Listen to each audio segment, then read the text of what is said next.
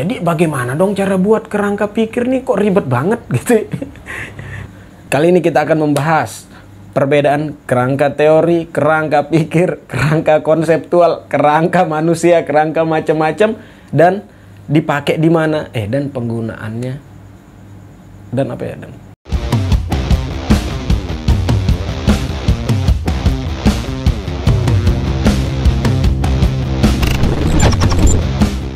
Assalamualaikum warahmatullahi wabarakatuh. Kali ini kita akan membahas berdasarkan permintaan dari salah satu komen di video yang sebelumnya ini.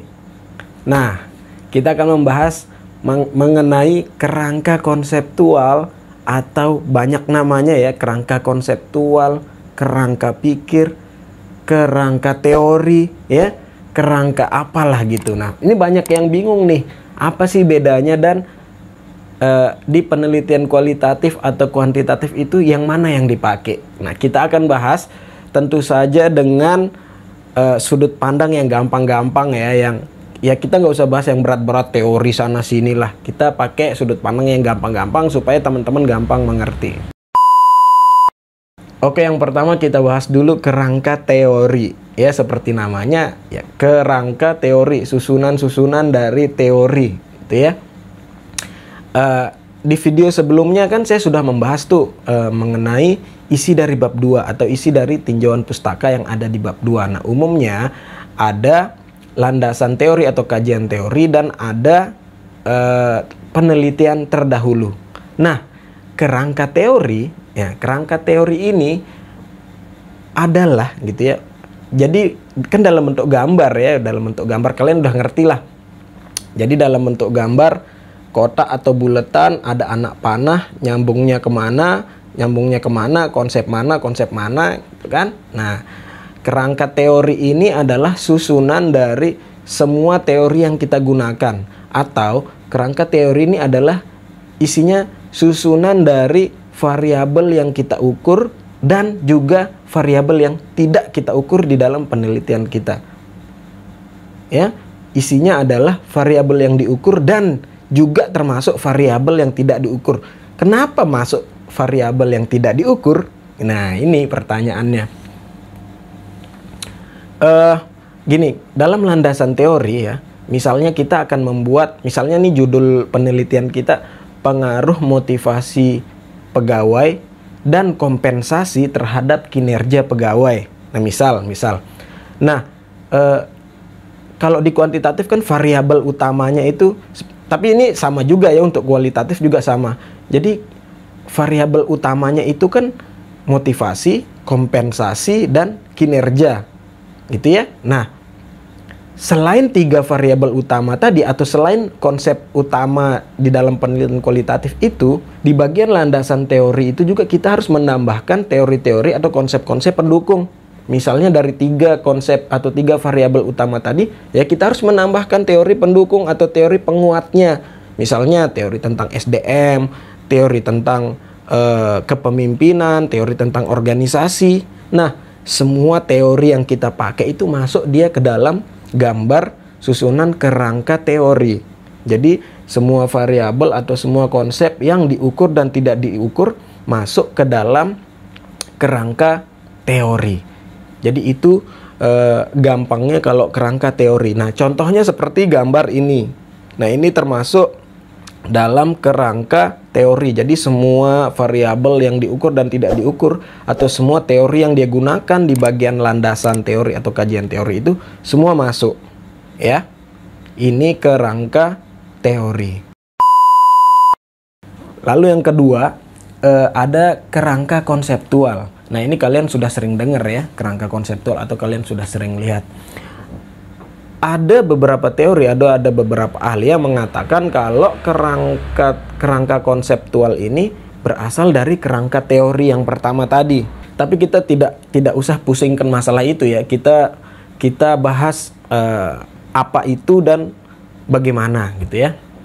Nah, kerangka konseptual ini ya, gampangnya nih, alur berpikir kita atau alur konsep kita. Kita tuh misalnya nih mau buat penelitian, konsepnya seperti apa. Nah, itulah alur pikir kita dalam konsep penelitian. Jadi gampangnya supaya kalian gampang mengerti, kerangka konseptual ini adalah isi, ya, gambarnya itu merupakan isi dari variabel yang diukur saja. Oke? Bedanya dengan kerangka teori tadi ya. Kalau kerangka teori tadi isi dari gambarnya itu variabel yang diukur dan juga tidak diukur, tapi kerangka konseptual ini isinya hanya variabel atau konsep utama yang diukur saja. Misalnya tadi contohnya pengaruh motivasi dan kompensasi terhadap kinerja pegawai, ya. Jadi gambar dari kerangka konseptual ini ya hanya variabel utama tadi, ya, motivasi, kompensasi dan kinerja. Jadi gampangnya lebih gampang lagi ya. Kalau tadi udah gampang, nah ini lebih gampang lagi. Kerangka konseptual berasal dari judul penelitianmu. Lalu kerangka konseptual ini kan setelah kalian paham gambarnya berasal dari judul skripsi kalian. Nah, kerangka konseptual seperti yang saya bilang di awal tadi adalah alur pikir konsep kalian bagaimana mau menjalankan atau melakukan penelitian. Namanya konsep itu dia ada asumsi. Oke, dia ada asumsi di situ. Misalnya konsep saya mau melihat motivasi dan kompensasi terhadap kinerja. Nah, di situ kan ada asumsi. Nah, disitulah dia. Kalau di kerangka konseptual, kalau kalian menggunakan kerangka konseptual, kalian harus menambahkan asumsi setelahnya atau sering disebut hipotesis, ya kan? Hipotesisnya misalnya memang diduga asumsinya adalah kompensasi memang berpengaruh terhadap kinerja, atau motivasi berpengaruh terhadap kinerja, atau kompensasi tidak berpengaruh dan motivasi tidak berpengaruh terhadap kinerja. Itu kerangka konseptual karena dia alur pikir konsep gitu ya, alur pikir kita mengenai konsep penelitian yang akan kita lakukan, berarti dia harus ada asumsi di situ. Kita berasumsi di situ. Oleh karena itu ditambahkan asumsi yang dikenal dengan hipotesis. Oke, sampai sini ada bayangan ya. Lalu yang ketiga ada kerangka pikir. Para ahli gitu ya, ahli menyatakan kalau kerangka pikir ini berasal dari atau berdasarkan dari pertanyaan penelitian. Nah, pertanyaan penelitian itu ya rumusan masalah gitu. Karena sifat penelitian beda-beda nih, ada yang deskriptif, asosiatif, komparatif, macam-macam gitu ya. Misalnya kalau yang deskriptif pertanyaannya tuh bagaimana, komparatif pertanyaannya ada hubungan apa tidak atau seperti itulah, asosiatif pertanyaannya misalnya kayak gimana gitu ya. Dia berasal dari pertanyaan penelitian.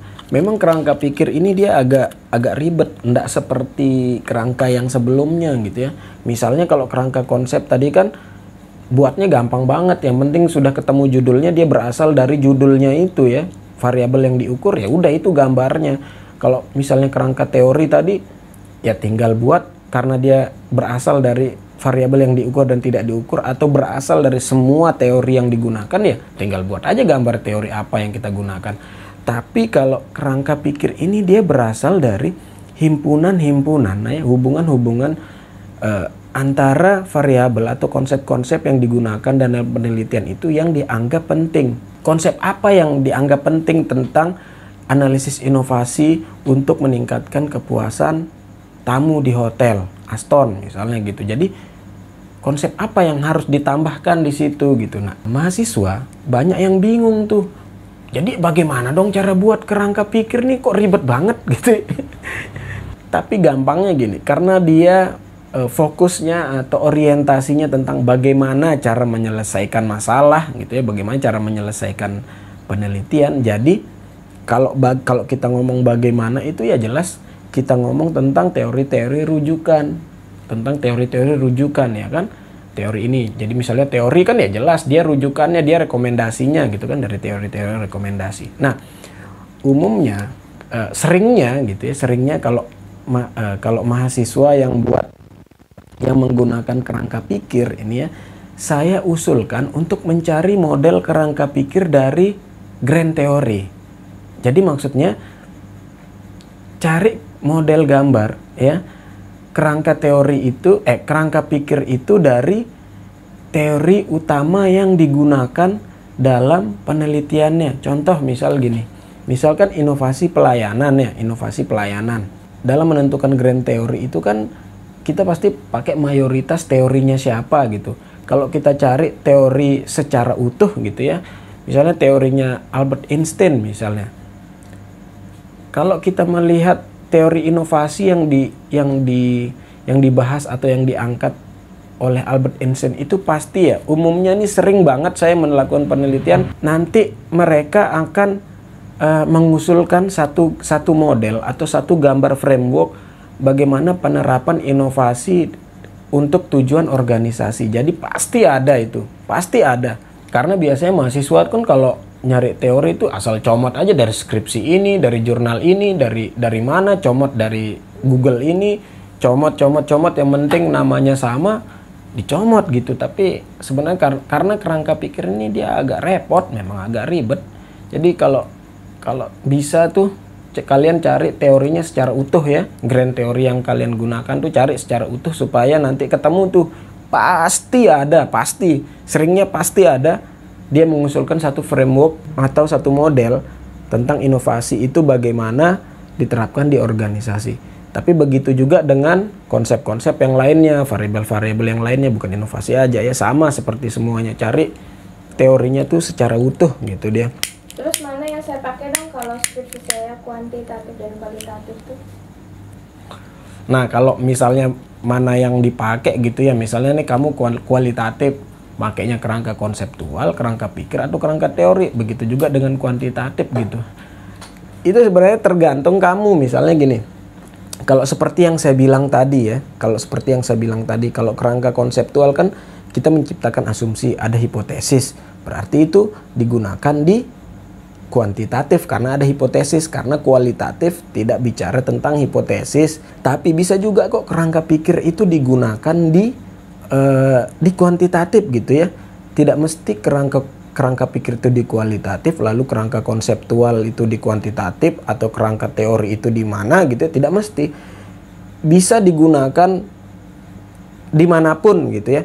Tapi dengan syarat landasan sumber teorinya tuh harus jelas di bab 3. Misalnya nih, maksudnya gini, harus ada teori yang menyatakan bahwa memang kerangka konseptual itu memang dia di kuantitatif. Begitu juga dengan kerangka pikir, harus ada teori di bab 3 itu yang menyatakan bahwa memang kerangka pikir itu dia bisa digunakan di kualitatif. Paham enggak maksud saya? Misalnya contoh gini, tadi kan saya bilang kerangka konseptual itu dia menciptakan asumsi. Nah, itu harus ada dasarnya tuh. Ya kan? Harus siapa yang ngomong gitu loh.